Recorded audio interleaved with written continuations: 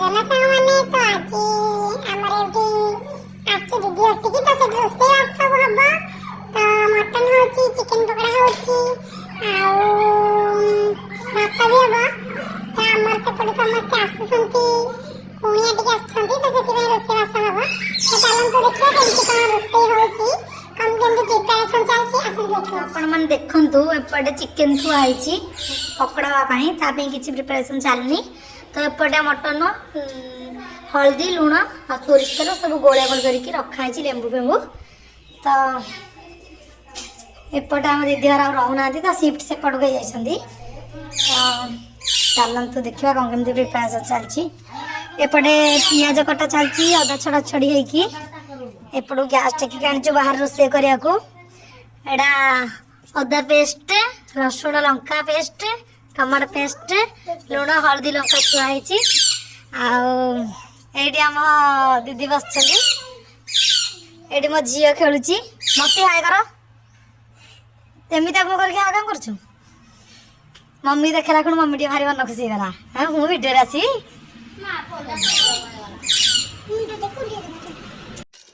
ତ ଏବେ ସାଙ୍ଗମାନେ ଦେଖନ୍ତୁ ତ କିଛି ଗୋଟେ ଜାଗା ନେଇଗଲେ ତସଲା ତ ସେଥିରେ ଦରକାର ଅନୁସାରେ ତେଲ ପକାଇଦେଲି ଆଉ କିଛି ଚିନି ପକାଇଦେଲି କଲର୍ ହେବା ପାଇଁ ଯେଉଁଟାକି ଆମ ନ୍ୟାଚୁରାଲ୍ କଲର୍ ବାହାରିବ ସେଥିରୁ ବହୁତ ବଢ଼ିଆ କଲର୍ ବାହାରିବ। ତ ସେଥିରେ ଚିନି ଟିକେ ଘାଣ୍ଟି ହେଇଗଲା ପରେ ସେଥିରେ ଆମେ ପକାଇବା ଗୋଟା ମସଲା ତ ଚିକେନ୍ ହଉ ବା ମଟନ୍ ଗୋଟା ମସଲା ପଡ଼ିଲେ ତ ଜାଣନ୍ତି ଆପଣମାନେ କେତେ ଟେଷ୍ଟ ଲାଗେ କେତେ ବଢ଼ିଆ ବାସ୍ନା ହୁଏ ତା ବାସ୍ନାରେ ପୁରା ଚାରି ପାଖ ମହକି ଯାଏ। ତ ଦେଖନ୍ତୁ ଗୋଟା ମସଲା ପଡ଼ିଲା ପରେ ଦେଖନ୍ତୁ କେମିତି ଧୂଆଁ ବାହାରୁଛି ଯେଉଁଟାକି ମାନେ ବାସ୍ନା ଆକ୍ଚୁଆଲି ଚାରିଆଡ଼େ ଖେଳି ଯାଉଛି ବଢ଼ିଆ ବାସ୍ନା ହେଉଛି। ତ କଟା ପିଆଜ ତାପରେ ପକାଇବା ହେବ ଚୁନ ଚୁନ କରିକି ରଖିଥିଲୁ ଆମେ ସଜାଡ଼ିକି ତ ସେଥିପାଇଁ କଟା ପିଆଜ ପକାଡ଼ା ହେଲା ପକା ହେଲା ପରେ ତାକୁ ଭଲ ଭାବରେ ଗୋଳେଇବା ଆଉ ପୁରା ଭଲସେ ଭାଜିବା ପୁରା ଭାଜି ଭାଜି ତା କଲର୍ଟାକୁ ଆମେ ଗୋଲ୍ଡେନ୍ ବ୍ରାଉନ୍ କରିବା। ତ ଆପଣ ଭଲ ଭାବରେ ଭାଜି ଦିଅନ୍ତୁ ମୁଁ ଟିକେ ତେଲ କମ୍ ଖାଏ ତ ତେଲ ଅଳ୍ପ ପକାଇଥିଲି ତ ପଛରେ ଆଉ ଟିକେ ଦରକାର ହେଲା ପକାଇଥିଲି। ତ ଦେଖନ୍ତୁ ପିଆଜ ଭାଜି ହେଇକି ଆମର ଗୋଲ୍ଡେନ୍ କଲର୍ ହେବା ଷ୍ଟାର୍ଟ ହେଇଗଲାଣି ତେଲ ବି ଛାଡ଼ିବା ଷ୍ଟାର୍ଟ ହେଇଗଲାଣି। ତ ଦେଖନ୍ତୁ କେତେ ସୁନ୍ଦର ଲାଗୁଛି ପିଆଜ ଭଜାଟା ତାକୁ ପୁରା ଭଲ ଭାବରେ ଗୋଳେଇ ଦେଲୁ। ତ ଆହୁରି ଟିକେ କଲର୍ ହେଲା ପରେ ସେଥିରେ ଟିକେ ଅଦା ରସୁଣ ପେଷ୍ଟଟାକ ଦେଇଥିଲୁ ଅଦାଟା ପଛରେ ପକାଇଥିଲୁ ତ ରସୁଣ ପକାଇକି ତାକୁ ଆଗ ମିକ୍ସ କରାହେଲା। ତ ତାପରେ ଏଥିରେ ଆମେ ଦେବା ଅଦା ତ ଏବେ ରସୁଣ ତ ପଡ଼ୁଛି ତାପରେ ଅଦା ପକାଇଦେବା ଅଦା ପକାଇ ଦେଇକି ଆମେ ଭଲ ଭାବରେ ଗୋଳେଇ ଦେବା ଭଲ ଭାବରେ ଗୋଳେଇ ଦେଲା ପରେ ସେ ପୁରା ମସଲାଟାକୁ ପୁରା ଅଦା ରସୁଣଟାକୁ ପୁରା ଏମିତି କଷିବ ଯେମିତିକି ଅଦା ରସୁଣ ସ୍ମେଲ୍ ବି ରହିବନି। ତ ଭଲ ଭାବରେ କଷି ହେଇଗଲା ଖୁଣୁ ସେଥିରେ ଟମାଟୋ ପିଉରି ବି ପକାଇଛି ତ ଟମାଟୋ ପିଉରି ପକାଇକି ଭଲ ଭାବରେ ତାକୁ କଷି ଦେଇଛି କଷିକି ମସଲାର ପୁରା କଷି କଷି ପୁରା ତା ତେଲ ଆଉ ମସଲା ପୁରା ଅଲଗା ହେଲା ଯାଏଁ କଷନ୍ତୁ। ସେଥିରେ ମୁଁ ଆଗରୁ ମସଲା ସବୁ ବାହାର କରିକି ରଖିଦେଇଥିଲି ଥାଳିରେ ମିଟ୍ ଚିକେନ୍ ହଳଦୀ କାଶ୍ମୀର ମିର୍ଚି ଜିରା ଧନିଆ ଗରମ ମସଲା ସବୁ ମସଲା ଏକା ସାଙ୍ଗରେ ପକାଇଦେଲି।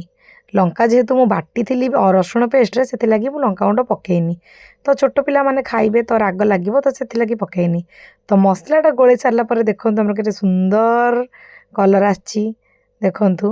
ତ ଭଲ ଭାବରେ ଚୁଲିରେ ଆମେ ରାନ୍ଧୁଛେ ନା ତ ତଳେ ଲାଗି ଯାଇପାରେ ତ ସେଥିପ୍ରତି ସାବଧାନ ରହିକି ଭଲ ଭାବରେ ଗୋଳେଇ ଚାଲିଲୁ ମସଲାକୁ। ତ ମଝିରେ ମଝିରେ ଟିକେ ପାଣି ଦେଉଥିଲୁ ତାପରେ ଆମେ ଆମ ମଟନକୁ ପକାଇ ଦେଇଥିଲୁ ଯେଉଁଟା ଦେଖନ୍ତୁ ପୁରା ମସଲା କଷିଲା ପରେ ମଟନଟା ପଡ଼ିଲା ପରେ ତା କଲର୍ ୱାଓ ସତ କହୁଛି ଏତେ ସୁନ୍ଦର ଲାଗୁଛି ବଟ୍ କଞ୍ଚା ଅଛି ନହେଲେ ମୁଁ ପକ୍କା ଖଣ୍ଡେ ଚାଖି ଦେଇଥାନ୍ତି। ତ ହୁଅ ଚାଲନ୍ତୁ ଟିକେ କଷିବାକୁ ଦେବା ଚିକେନ୍ ମଟନକୁ ତ ଭଲ ଭାବରେ କଷିବା ଲାଗିବ। ଏପଟେ ଆମର ଚାଉଳ ପଡ଼ୁଛି ଭାତ ହେଉଛି ଅଣ୍ଡା ଆମଲେଟ୍ ସେପଟେ ଆମେ ଏଥିରେ କିଛି ଲୁଣ ପକାଇଦେବା ଚାଲିଛି ପିଆଜ ବି ମୁଁ ଭାଜିଲା ଟାଇମ୍ରେ କିଛି ଲୁଣ ପକାଇଥିଲି ଯେଉଁଟାକି ପିଆଜ ଭଲ ଭାବରେ ଭାଜି ହେବା ପାଇଁ। ତ ବାକି ଯାହା ଥିଲା ମସଲାରେ ବି ପକାଇଥିଲି ଟିକେ ତା ମଟନକୁ ଦେଖିକି ତାକୁ ବି ଟିକେ ଲୁଣ ପକାଇଦେଲି। ତ ଲୁଣ ଖାଇବାରେ ପରଫେକ୍ଟ ନହେଲେ ଖାଇବାର ସ୍ୱାଦ ବଢ଼େନି ନା ଏଇଟା ତ ଆପଣମାନେ ଭଲ ଭାବରେ ଜାଣିଥିବେ। ତ ଭଲ ଭାବରେ ଆମ ମସଲାକୁ କଷାକଷି କରି ମଟନକୁ କଷେଇ ଇଏ ହେଇଗଲାଣି ଆମ ମଟନ ତରକାରୀ। ତା ସହ ସାଙ୍ଗମାନେ କାହାର କାହାର ଖାଇବାର ଅଛି ମଟନ ତରକାରୀ। ତ ଦେଖନ୍ତୁ ଏପଟେ ଆମର ଚିକେନ୍ ବି ରେଡ଼ି ହେଇଗଲାଣି ଚିକେନ୍ କଷା ସେପଟେ ହେଉଛି ଚିକେନ୍ କଷାକୁ ପୁରା ଭଲ ଭାବରେ କଷେଇ ଚାଲିଛି ତରକାରୀ। ତ ଏପଟେ ଆମର ଘର ଆଡ଼େ ଟିକେ ଆସିଲୁ ଭାରି କହିଲେ ଏତେ ରୋଷେଇ କରିକି ଟିକେ ବୋରିଂ ଲାଗିଲା ତ ଏପଟେ ସେପଟେ ଟିକେ ହେଇକି ଆସିଲୁ। ଏପଟେ ଦୁଇଟା କୁକୁର ବସିଛନ୍ତି ସେପଟେ କିଏ ଇଏ ମୋ ଦିଦି ଯାଉଛି ତ ତା ପଛରେ ତା ଟୁଙ୍ଗୁଡ଼ି ଧାଇଁଛି। ଏପଟେ ଆମେ ବସିଛୁ, ମଟନ୍ ହେଇଗଲାଣି, ଆମେ ଖାଇବାରେ ବ୍ୟସ୍ତ ଲାଗିଛୁ। ମଟନ୍ ଦେଖନ୍ତୁ କେତେ ବଢ଼ିଆ ଭାବରେ ସିଝିଛି ଆଉ ବଢ଼ିଆ ଟେଷ୍ଟ ବି ଲାଗୁଛି।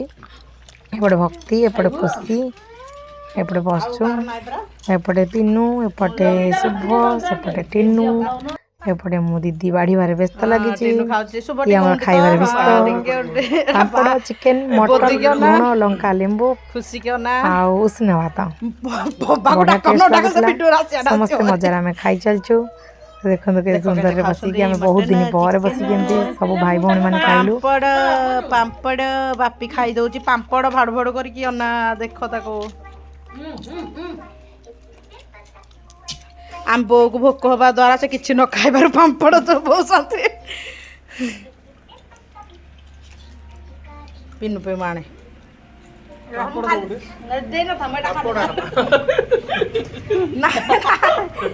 କଣ ଦେବି ପାମ୍ପଡ଼ ଦେବି ନା ବାପିଠି କାହିଁକି ଏତେ ଗଦା ହେଇଛି ତାଠୁ ଭିଡ଼ି ନିଅ ଗୋଟେ। ନାଇଁ ହେଇଠି ଅଛି ମୁଁ ଆଣିବି। ସମସ୍ତଙ୍କର ମୁହଁଟା ହେଲା ମୋ ମୁହଁଟା ଆସିଲାନି।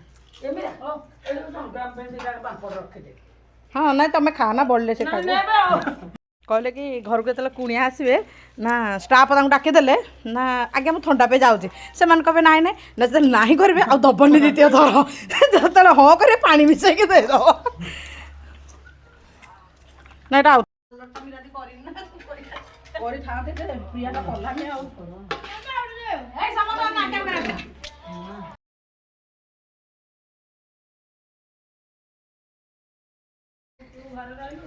ତ ଫାଇନାଲି ମଟନ ଓପନିଂ ହେଇଗଲା।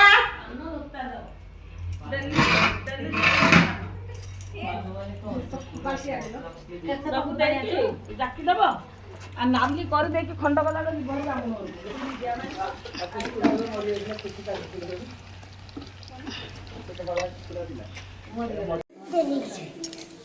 ଚାଲ ଡୁନୁ ଚାଲ। ତ ଏବେ ଭାଇ ଭଉଣୀ ଆମେ ଲାଷ୍ଟକୁ ପିକ୍ଚର ଉଠେଇଲୁ, ବହୁତ ବଢ଼ିଆ ହେଇଛି। Thank you, bye.